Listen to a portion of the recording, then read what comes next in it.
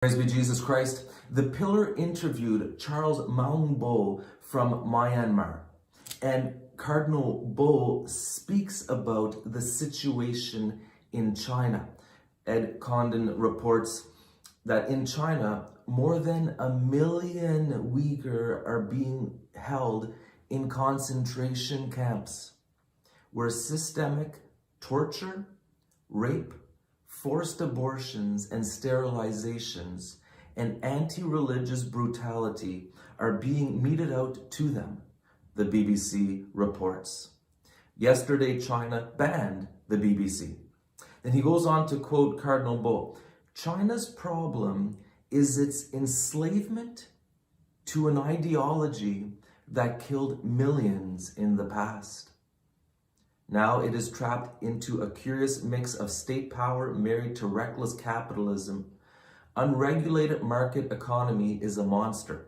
And in the company of the Chinese dragon, this is an end-time conflict between naked materialism and struggle for human dignity, Bo told us, Ed Condon reports. And this is from The Pillar, February 12th.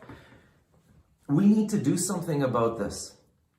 1 million people in a concentration camp today. This is totally unacceptable. The UN should be making this a top priority. The UN should be dealing with this. The UN was created to ensure that something like this would never happen again.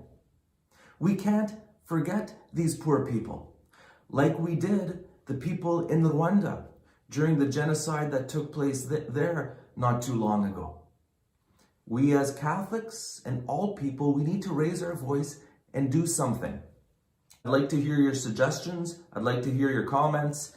I want to quote you from Isaiah chapter 58. The Lord says, "Is this not rather the fast that I choose, releasing those bound unjustly, untying the thongs of the yoke, setting free the oppressed, breaking off every yoke."